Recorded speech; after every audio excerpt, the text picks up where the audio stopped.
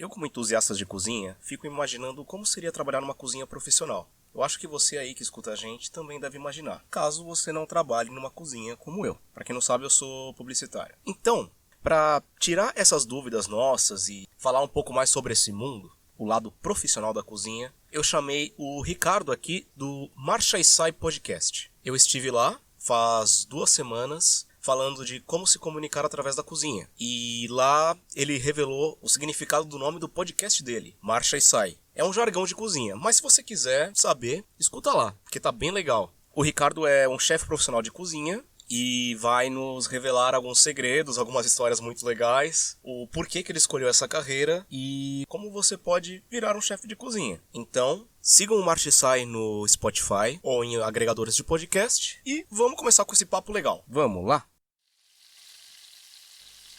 Tá ouvindo esse barulho? Refogado.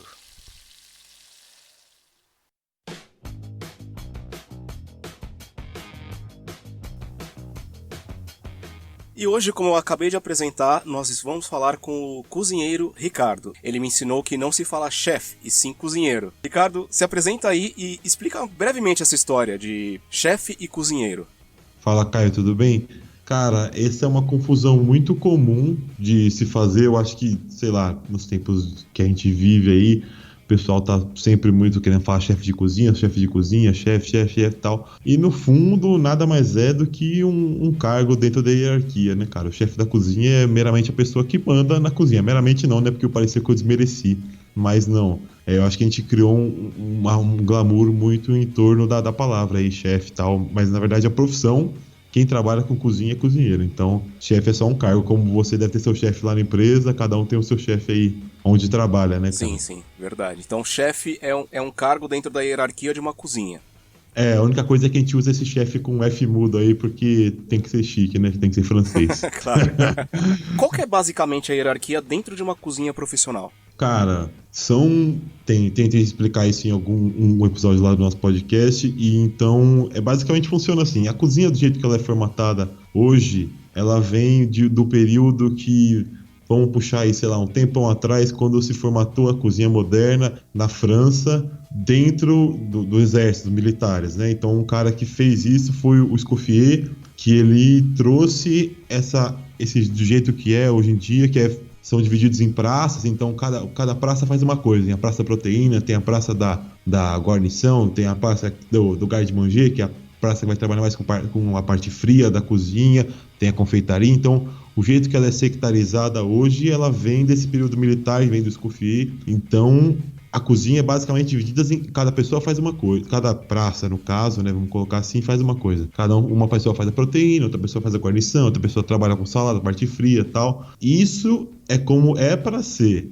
Mas hoje em dia, né? Nem todas as cozinhas têm disponibilidade humana, né, pessoal, para ter um funcionário para cada área. Então tem gente que vai fazer, um funcionário vai fazer a salada e vai fazer a sobremesa, tem um funcionário que vai fazer proteína, mas faz a guarnição junto. Então depende muito, cara. O normal é você ter um chefe da cozinha, né, que é o cara que vai mandar, vai ser o ponto ali de união de todas as funções, e você tem cozinheiro se distribuindo ali, né, cozinheiro 1, cozinheiro 2, você tem auxiliar de cozinha. É difícil dar um modelo padrão para todas as cozinhas, como é que elas funcionam. Cada cozinha funciona de um jeito. Entendi. Só para uma dúvida que eu tenho agora e que as pessoas podem ter. Praças são como ambientes setorizados. Exato. Pode ser uma pessoa que cuida de uma praça ou 2, 3, várias. Sim. Vai depender muito do restaurante, normalmente, como eu coloquei, né? Tem restaurante que tem trabalha almoço e jantar, e para de manhã você tem um cozinheiro, exatamente o que você falou, um ambiente setorizado, né? O cozinheiro que vai trabalhar de manhã na guarnição e vai ter outro cozinheiro que vai trabalhar de noite na guarnição. Então, normalmente, essa praça tem 2 pessoas, uma de manhã e uma de noite. Aí a praça tem muita coisa, pode ter 2 pessoas de manhã e 2 pessoas de noite. Depende muito, normalmente, da dinâmica do restaurante em específico. Tá, e é mais ou menos como a gente às vezes vê no Hell's Kitchen, por exemplo. Acho que a gente pode colocar assim, acho que é um bom exemplo para as pessoas entenderem. Tem o cara lá uma pessoa faz o peixe, né, outra pessoa faz a carne, deve ter uma coisa mais ou menos assim. E os chefes, eles costumam ser infernais igual o Gordon Ramsay? Cara, depende muito da pessoa, tem gente que trata mal, tem gente que trata bem, mas, cara, não tem motivo nenhum para tratar ninguém mal, as pessoas têm que ser tratadas com respeito, e no fundo, se eu tratar as pessoas mal, além de ser desrespeitoso, e é contraproducente, né, velho? Ninguém se dá. Ninguém produz melhor porque tá sendo xingado. Não, com certeza, né? Certo que um pouquinho de pressão, eu imagino que uma cozinha profissional deve ter muita pressão, além do calor que deve fazer lá dentro, né? Ah, cara, eu acho que tem bastante. É porque eu não tenho vivência em nenhuma outra profissão, então eu não posso dizer como é em outras áreas, né? Mas tem bastante, cara, tem bastante. Eu acho que tem sempre uma situação de você ter que estar sempre com pressa, porque o cliente não espera, né? O cliente tem que comer, o cliente mais espera, mais bravo ele vai ficando, pior vai ser a comida, né? Vamos pensar. Então, cara, é bem corrido, mas sinceramente eu acho que deve ser bem similar a outras profissões, como quando você tem prazo e tal, né? Pegando esse gancho de que foi a única profissão que você tomou, o que fez você querer se tornar chefe? Novamente, hein, ó, o Caio tá errando. Caio, vou de chefe de novo, Caio. Desculpa. Caio. Verdade. Não, tranquilo. Bom, eu acho que, cara, escolher ser cozinheiro, na real, que é um privilégio, tá ligado? Você depende de uma condição financeira e para poder normalmente pagar uma faculdade e tal, etc. Sim. Então eu acho que o cozinheiro há 30, 40 anos atrás no Brasil continua sendo ainda, né? É que agora você tem onda das pessoas que fazem faculdade e tal, etc., que tem uma condição financeira melhor. Mas ser cozinheiro há 30, 40 anos atrás era uma questão de sobrevivência. A pessoa tem aquele emprego e é isso que ela faz da vida. Ninguém pensava vou ser chefe de cozinha, vou ter minha cozinha autoral, etc. As pessoas sobreviviam, né? A pessoa trabalhava com cozinha porque ela precisava sobreviver.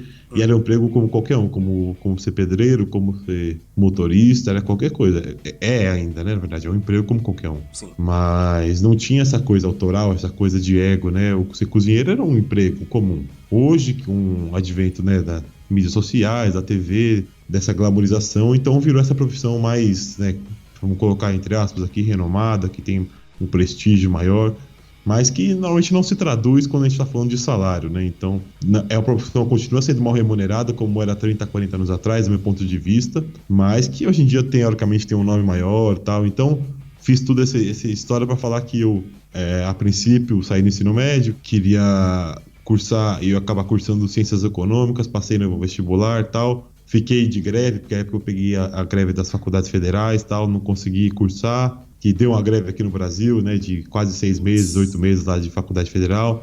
Aí peguei essa greve e tal, aí cheguei a cursar um ano de bacharelado em Ciências Humanas, para fazer depois Ciências Econômicas, né, e acabou que não aconteceu, eu não estava gostando muito e tal. Eu cheguei em casa, conversando com a minha mãe, ela falou assim, por que você não faz tal coisa? Eu falei, porque eu sempre gostei, tá? Essa é a mesma história. Na verdade, você vai ouvir de todo 99% dos cozinheiros que gostava, que via ficar do lado da avó, tal. Então, isso é bem comum. Então, foi mais ou menos isso. Eu sempre gostei de cozinhar, tal, sempre gostei de comer. Isso também, eu acho que é uma... Você ser cozinheiro, você tem que gostar de comer, na real. Claro, sim, verdade. Né? Eu acho que é.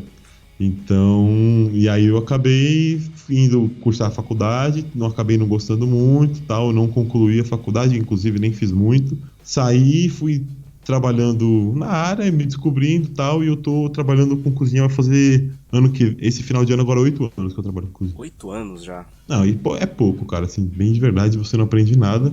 E continua sendo mal remunerado. Vamos fazer essa reivindicação aí. Mas eu acho que qualquer emprego no Brasil ultimamente tá assim, é um problema anacrônico, não? Não, eu acho, mas novamente eu coloquei, né?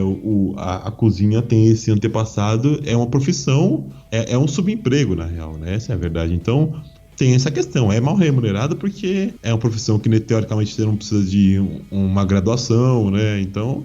A gente, no caso eu, porque eu não posso responder pelo outro pessoal do podcast, mas eu sou da opinião de que a faculdade ela é desnecessária. Não, vamos colocar no contexto que a gente vive hoje, do Brasil, que a gente tem a capacidade de estar falando. Ela é desnecessária pelo fato de ela ser cara e não te agregar praticamente nada profissionalmente. Então, você tende a ter pessoas que saem da faculdade que acham que sabem tudo pelo fato de, né, ter essa condição social e econômica melhor, e quando chega a cair numa cozinha não sabe o que tá fazendo, acha que, né, tal. Então, quando tem esse choque de realidade, já não entende mais nada, né? E aí pede pra sair.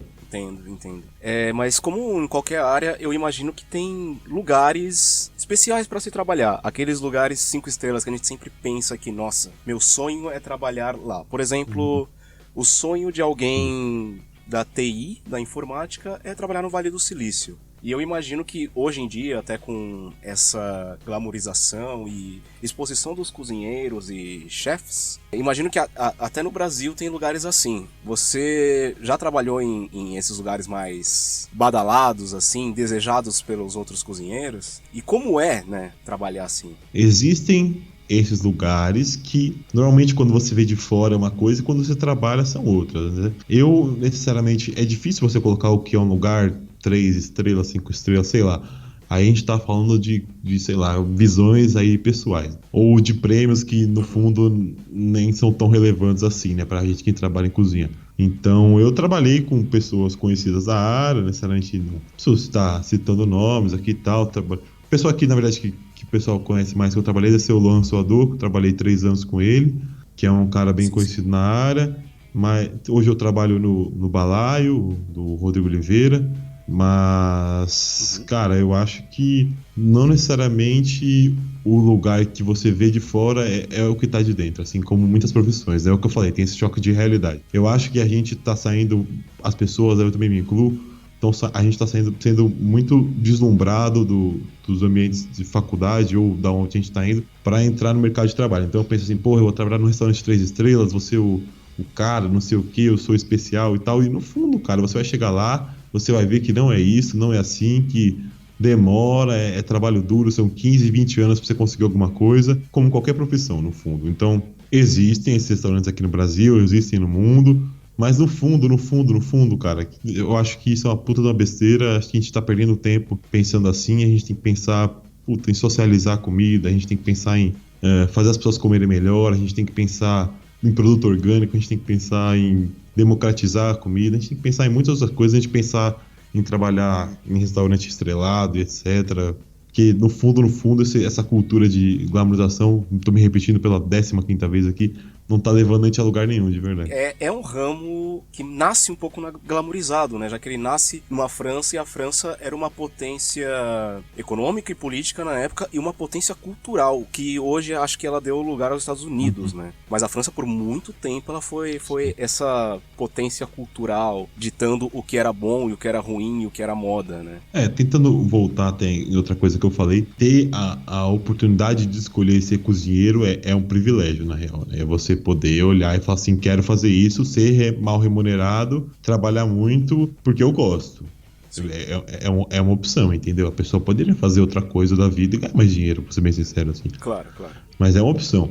Então, os principais chefes, os mais renomados há um bom tempo atrás, quando a gente estava falando da França e tal, eram cozinheiros, vamos mais atrás do que o Escoffier agora, na verdade, né? Eram cozinheiros de reis, Sim. Eram cozinheiros reais, né? Vamos colocar assim. São os caras que escreviam os livros, que tinham as receitas, né? Então, ser chefe de cozinha é uma coisa elitista, na verdade. Agora, trabalhar com comida, não necessariamente, cara. Assim, eu acho que é isso que eu tô falando. A gente parar de querer... Porque você vai me desculpar, se a gente não vai precisar falar mal de ninguém aqui, mas se eu cobrar R$400, R$500 no menu degustação, sei lá... É elitismo. Você tá escolhendo o público que vai querer comer. Que vai comer, não que vai querer. Eu acho que tem seu valor, entendeu? Eu acho que a pessoa, fala assim, meu trabalho vale isso. Sim. Ok, a pessoa tem o direito, mas eu acho antidemocrático em relação à comida, assim. A gente não tá democratizando o ingrediente que tá vindo, sei lá, da Amazônia. A gente não tá democratizando a comida. A gente tá restringindo, né, a pessoa tá privando a pessoa de um valor desse, né? De poder comer uma comida boa, de poder entender o que é um ingrediente, isso, aquilo. Então é isso. Outra coisa, você falou que como potência cultural, eu acho que... Sim, cara, eu acho que a gente tem que aprender a valorizar o nosso produto, a nossa terra, os nossos ingredientes daqui, como a França valoriza, como a Itália valoriza, como... Vamos falar assim, principalmente os países da Europa mais evoluídos, né?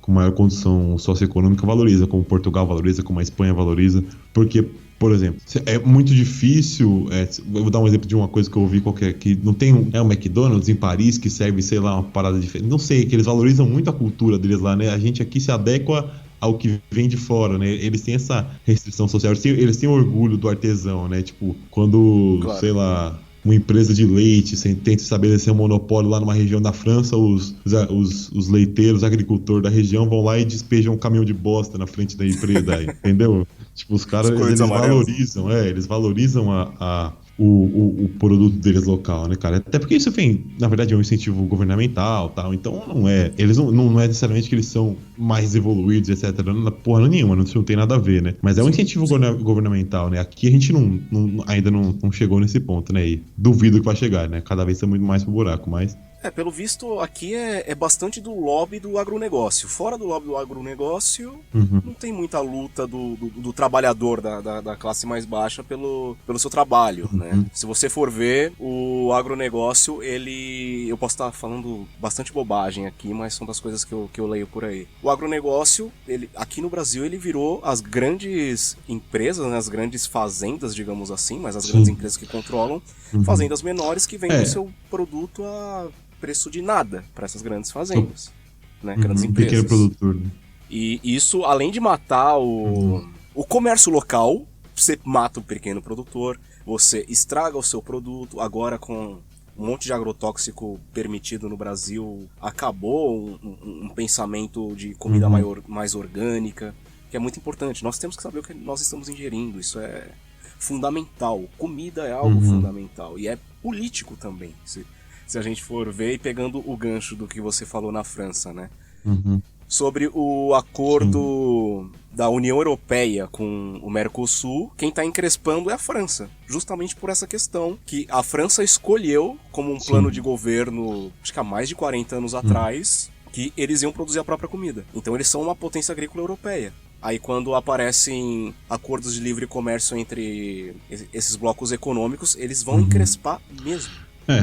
Cara, eu acho que é difícil a gente falar sobre ingrediente orgânico, sei lá, porque são muitas searas aí que a gente vai estar entrando que eu necessariamente não tenho o conhecimento de causa para estar falando, mas eu posso atestar do ponto de vista que eu entendo, cara. A comida, o ingrediente orgânico, ele é, em questão de paladar, ele é extremamente superior. Sim. Eu imagino que em questão nutricional, o cara que é presidente da Agência de Segurança Alimentar Europeia, e ele disse que nutricionalmente ele é irrelevante a diferença entre ele e o ingrediente que não é orgânico. Mas do ponto de vista da sustentabilidade da criação daquele ingrediente, aí ele tem toda a diferença, né? Porque aí você não está trabalhando com monocultura, você está trabalhando junto à terra, né? Você está com aquele solo mais nutrido para estar criando o que é da época, né? Então as coisas que são, o podcast sempre fala de sazonalidade, de apoio ao pequeno produtor, isso são bandeiras que a gente vai estar carregando sempre.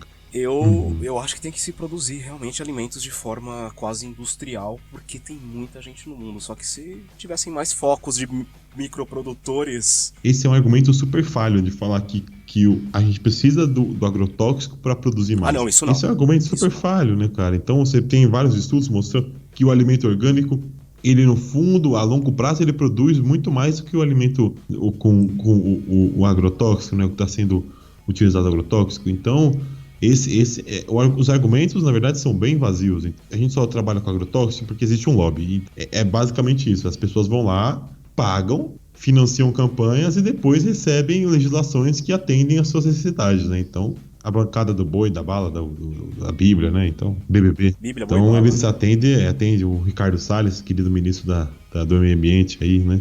Agora, vamos a algumas curiosidades. Já voltou algum prato seu, Ricardo? Eu acho que pode ser um pouquinho mais específico, assim, por exemplo, entendi. Voltou um prato. Entendi. Você tá querendo perguntar se a pessoa passa no saco e joga no chão. É isso que você tá perguntando. Não. Ou sim, mas... Não. Cara, eu nunca fiz. Mas eu também nunca vi fazerem, eu sou bem sincero. Tem gente que fica, tipo, sei lá, vamos entrar em outras coisas mais técnicas aqui. Ponto de carne é uma coisa... É porque eu também me sinto mal em ficar falando de carne. Se a pessoa manda no ponto de carne errado, aí eu tenho duas coisas aqui. Eu posso me olhar sobre o olhar do meu ego e falar assim, não, a pessoa está realmente errada. Mas eu posso também olhar e falar assim, porra, ponto de carne é uma coisa muito relativa, né? Então, tende a voltar um ponto que a pessoa fala assim, não, isso aqui pra mim é o ponto, pra mim é bem passado, tá? Não sei. Então, isso é uma coisa difícil. Mas, quando volta um prato, a nossa tendência é sempre tentar atender o desejo do cliente, cara. Que eu acho que isso é o mais importante, que o cliente vem lá pra ser bem atendido, né? Então, não vou falar pra ele, né, seu filho da mãe, não vou fazer pra você isso aqui e tal e tal e tal. Então a gente volta e entrega o que o cliente pediu e pronto, é isso. Beleza. Cara, eu vou te confessar que eu não devolvo o prato. Olha, tem que estar terrivelmente ruim e eu só recuso, eu não devolvo. É uma, é uma questão minha. Não, eu acho certo, cada um tem o seu jeito de lidar, mas eu acho que se a comida tá salgada, tá não sei o que, você pode se recusar a comer e devolver o prato, por que não? Se é um erro da cozinha, por que não? É justamente pra não vir com surpresa. Não, eu acho difícil. Eu nunca vi, mas é o que eu tô falando, né? São as minhas experiências. Pode acontecer, eu não duvido, não, tá? É que você tem que ver também, Ricardo, que tu trabalha num ambiente, digamos, mais... Talvez mais um pouquinho mais profissional. Profissional, exato. Talvez você vai botar no botecão aí da esquina, se você falar pro rapaz ali que o feijão tá mais salgado, ele vai cuspir, né? Não sei. Não posso julgar. Exato. Aliás, não precisa nem ser só o botecão da esquina. Pode ser aquele bar badaladíssimo, que é caro e o caramba Com quatro. certeza. Tem muito lugar aí restaurante estreladão aí que vende um produto e compra outro. É bem comum. Isso é complicado. Você já recebeu pessoas que querem te conhecer, que querem te agraciar, falar, nossa, esse foi o melhor prato que eu comi na minha vida? Isso costuma acontecer? Não. Assim, não. Primeiro porque eu não sou o chefe da cozinha, não sou o dono do restaurante, então raramente acontece. Mas tem muitas pessoas que vão lá para agradecer, tal, etc. Sinceramente, eu acho que é um reconhecimento da profissão, mas hoje em dia eu tô num momento tão pessimista que não tô ligando muito para as pessoas que necessariamente elogiam a comida, tal, etc. Eu tô mais ligado às causas do tentar divulgar o alimento, democratizar, tal, porque sei lá, eu acho que é meio escroto falar isso, mas eu tô tentando não massagear ego, nada, e pensar mais em questões práticas, porque eu tô meio desesperado com isso aí. Eu entendo, é uma luta, e eu acho que é uma luta hercúlea. Você tá lutando contra um dos maiores lobbies mundiais, que é o lobby alimentar, né? Tanto é que nos Estados Unidos não se vende comida. Sim. Vende aqueles troços que eles aprovam, né?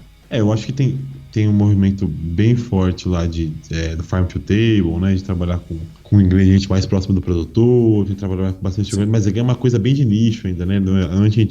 Essa conversa que a gente tá tendo aqui é bem elitista nesse sentido também, né? As pessoas passam fome, né, cara? Então, como é que ela vai pensar em comer a comida orgânica se ela não tem nem comida pra comer? Então... Exato.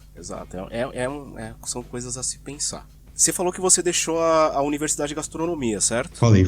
Quando você tá na Universidade de Gastronomia, você aprende a escola francesa de gastronomia ou aprende várias escolas diferentes? Então, como eu coloquei anteriormente lá, a escola francesa, vamos colocar assim, entre aspas, ela formatou a cozinha do jeito que ela é hoje. Então, ela descreveu as técnicas, ela formatou no sentido de escrever em um livro e tratar ele como um manual, entende? Então a gente aprende a escola francesa porque ela é um manual, não porque ela é superior em questão de ingredientes, tecnicamente, tal, não sei o que. Ela formatou essas técnicas, ela escreveu. Então a gente aprende, a nossa base de, não necessariamente de faculdade, mas de cozinha é a base francesa, né? Então, de base de técnicas. Então é por isso que a gente fala de técnica francesa, é porque é isso, na verdade, né? Aí você vai ter cozinhas mais recentemente, a escola espanhola, né? Quando a gente fala de albule e tal. Hoje em dia a gente tá falando muito mais dos países nórdicos, né, e tal, mas onde a gente tem base, acho que a base de todas as cozinhas é francesa, teoricamente, pelo fato, novamente, de eles terem formatado, terem tratado como um manual isso, né? É quase como um Fordismo da cozinha. Basicamente, a gente pode colocar assim, né? Entendi. Tá, e pra finalizar, você tem algum caos, alguma coisa engraçada que tenha acontecido numa cozinha quando você estava presente? Eu tenho histórias que me contaram e histórias que eu vi. Tipo, uma que me contaram uma vez, um cara que eu conheci disse que, por exemplo, ele trabalhava em navio. Sim. E navio, acho que os recursos são meio escassos, assim, e tal, né? Então, ele disse que já viu fazerem, por exemplo, pesto com óleo de fritadeira, cara. Eu achei isso uma coisa... E eu imagino que, tipo, seja o óleo de fritadeira usado, assim, né? Nem, tipo, um galão de óleo. Porque, tipo, pra abastecer uma fritadeira de óleo, a gente usa um galão de óleo de metal, não é aquela garrafinha de óleo lisa. Então, eu não, acho que não tenha sido necessariamente só aquele galão. Acho que era um galão de óleo que já tinha sido usado pra fritar alguma coisa. Óleo marrom. E, tipo, fizeram um pesto. Eu achei bem bizarro. Tem uma história também de outro amigo que falou que um cara derrubou uma faca dentro da fritadeira, também novamente de história com fritadeira, e ele, no reflexo, ele enfiou a mão pra pegar, assim. E aí? Puta, aí que sei lá, deve ter queimado toda a mão dele. Uma coisa que eu presenciei. Cara, uma história que me contaram também, necessariamente, essa eu não presenciei. Estavam fazendo um evento lá no Dom, do Alex Atala, e aí o Ravi, que é o cara que que eu não sei nem se eu posso falar isso, foda-se, ninguém vai saber, que é do Masterchef, hoje tal, ele deixou uma couve-flor, um purê de couve-flor na chapa francesa. Chapa francesa é tipo um instrumento que a gente usa que é nada mais que uma chapa, pensa numa chapa de chapeiro, que faz hambúrguer, mas ela é uma chapa que ela é feita do material que você coloca a panela em cima, então ela é meio que uma boca de fogão enorme. Ele esqueceu esse purê de couve-flor em cima, e aí o purê espirra muito. Não sei porquê, acho que tem leite, não sei, alguma coisa. E aí ele espirrou e ele caiu, passou a doma e caiu na nuca do Alex Atala, que ele tava passando. É uma história interessante. Tipo, se eu ficar pensando aqui, eu vou achar um monte. Tem história do... o meu chefe também, o Lohan Suador, ele contou uma vez que ele foi num médico nos Estados Unidos, e aí o médico falou que ele tinha tava com problema na mão, e a mão dele doendo, não sei o que e tal. Aí o médico foi examinar, perguntou se ele era boxeador. Aí ele virou, não, sou cozinheiro. Ele falou, então tá tudo bem. É isso mesmo, esse é o problema. Dava muito soco nas portas das câmaras frias, e aí ficava com a mão toda fodida. Né? Nossa, esse cara aí, então, é gente boa, né? Pra não socar a cara de é na câmara fria, porque... E também tem esse ambiente muito agressivo, né? Essa coisa muito física, né? As pessoas, sei lá, acham ok se bater, se cortar com faca, né? Muito retardado. Não. Esse é um problema, né? Brigar numa cozinha é igual você... Sim. Sei lá, tá num cenário de guerra prontinho com as armas. Parece aquela parede da Matrix, quando o Neo e o Morpheu aparece um monte de arma, assim. Isso é brigar dentro de uma cozinha, né? Você tem um monte de facas, tem panelas, tem óleo quente, né? É estressante, né? Dá pra se machucar legal. Eu tenho uma última pra terminar, que eu também, não vou achar nenhuma que eu tava presente, mas essa aí é foda. Um cara, essa aí eu não vou listar nomes, um restaurante que eu conheci aí, um cara era um restaurante italiano, né? Então tinha a macera. A macera é onde a gente passa a massa de macarrão pra abrir a massa, pra cortar. E aí, essa macera, ela era muito velha. Ela tinha um cilindro de ferro maciço, assim, pesado. Devia ter, sei lá, uns 40 quilos. E aí tinha um maceiro que ele curtia fumar maconha. Sim. Vamos colocar assim, né? Então, ele foi pro intervalo dele e ele deu a chapô legal. E aí, ele foi trabalhar. Uhum. Até aí, né, existe um histórico aí de cozinha que eu também não tenho esse dado, mas eu acho que, sei lá, 90% dos cozinheiros são dependentes químicos de alguma forma. Isso aí é, tipo, vivência, né? É evidência anedótica. Certo. Isso é, tipo, sério, real. Cara, vale um programa do Marchi Sai, hein? Sobre isso. A gente tem na verdade, mais ou menos, né? Falando sobre problemas psicológicos. Né? Então, bom, mas voltando. Aí o cara foi lá, tal, fumou a erva dele, tranquilo, né? E aí ele foi trabalhar na macera. E por algum motivo, ele passou a mão dele junto na macera, né? Então, Jesus. Só que a macera ela é velha, né? Então ela não desliga tão fácil. Então ele não conseguiu desligar a macera. Os caras tiveram que fechar o restaurante, chamar o bombeiro, mas pro bombeiro chegar é uma meia hora, 40 minutos. O cara perdeu 3 dedos. Hoje ele tem, tipo, 2 dedos e perdeu toda a pele da mão. E assim, ele ficou, assim, inválido. Sei lá, acho que de repente ele deve ter sido aposentado por invalidez. Então, assim, se você trabalha com um material meio perigoso, não se drogue antes de trabalhar aí, por favor, gente. Não acontece umas histórias dessa aí e você fica com uma sequela pro resto da vida, né? Nossa, nunca.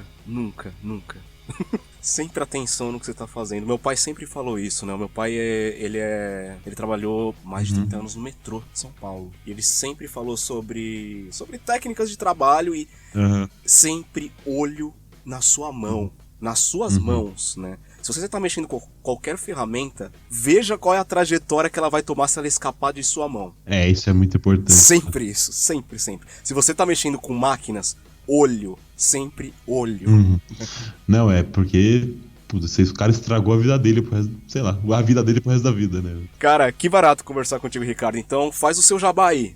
Então, cara, a gente tem... O Marchesai, ele é um projeto que a gente tenta falar diretamente pro público que trabalha com cozinha. Assim, não necessariamente você precisa trabalhar com cozinha, mas como eu falei pro pessoal, quando eu criei com os meus amigos que fazem comigo, eu estava no período de eleição ali e tal, e eu queria fazer um podcast, mas eu não posso falar sobre economia. Eu posso, né? Eu posso falar sobre economia, política, história, porque eu não tenho essa formação, mas eu posso falar sobre comida, porque eu trabalho com comida diariamente. Então a gente tenta estabelecer uma visão, um diálogo sobre diversos temas, como eu já te falei, a gente já falou sobre veganismo, a gente já falou sobre problemas psicológicos na cozinha, a gente já falou sobre, um monte de coisa. Então a gente tem sempre que relacionar temas extracurriculares à gastronomia com a comida, com a cozinha. Então a gente É pequenininho ainda, de verdade, assim, é minúsculo, mas é um projeto de dia a dia. Eu não penso em ganhar nada com isso, eu não busco nenhuma remuneração, eu não busco nada, ganhar financeiramente com isso. Eu só gosto de fazer mesmo e quero, velho, entrevistar as pessoas que trabalham com cozinha ou que são entusiastas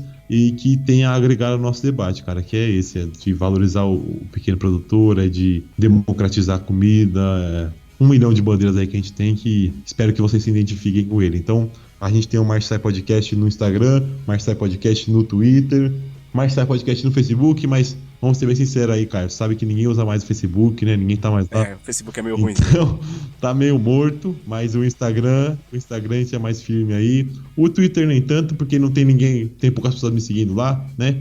Mas eu gosto muito mais do Twitter como rede social. Usa o Twitter, eu vivo no Twitter. Então eu vou interagir só eu e você lá, hein, Caio, no Twitter, a gente interage junto. Cara, mas no Twitter você vai acabar achando muita gente, pô. Eu também acho. Aliás, você me achou no Twitter, não no Instagram. Então, mas eu tô mais focado no Instagram e no Twitter bem. mesmo. Então, Instagram e Twitter, Marchai Podcast, no Spotify, no Castbox, no seu agregador de podcast preferido aí. Siga a gente lá. O trabalho é feito de coração, né? Pensando no você ouvinte. Sim. Então, por favor, gente, sigam o Marchai, busquem o Marchai. Último programa, Ricardo? É o último que a gente fez o junto, último, hein? né? Uhum. Que saiu na última sexta-feira. O último programa eu participei e é sobre como se comunicar através da comida. Tá uma conversa muito legal. Eu, o Ricardo e o Rafa, a gente falando sobre isso, sobre como se comunicar com a comida. O Marchai é composto por eu, né, Ricardo, o Rafa é meu amigo, o Matheus é um amigo de outra situação, e o Marcelo, né? O Marcelo mais ausente sempre, né? Como eu vou falar com ele assim, brigando sempre com ele, né? Mas, cara, é o nosso tio, nosso núcleo duro é esse aí. Ouçam lá, por favor, façam essa. Ajudem os cozinheiros, né? Tem que ajudar, cara. Tem que ajudar. Sim, eu acho sempre muito importante isso. Então, talvez tenha sessão de recados, talvez não, eu tenho que ver ainda, eu tenho que separar. Então, um abraço e até mais. Dá o seu tchau, Ricardo. Cara, um abraço, cozinhe com consciência, cozinhe com dignidade e façam comida boa acima de tudo, essa é real, né, cara? Façam comida boa, velho. Aprendam a cozinhar, né? Eu acho isso muito importante. Fundamental. E acima de tudo, velho, aprenda a cozinhar e seja feliz, né? Tchau, até mais. Exato. Tchau.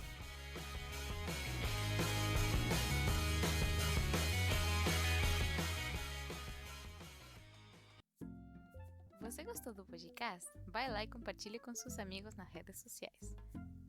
Obrigada.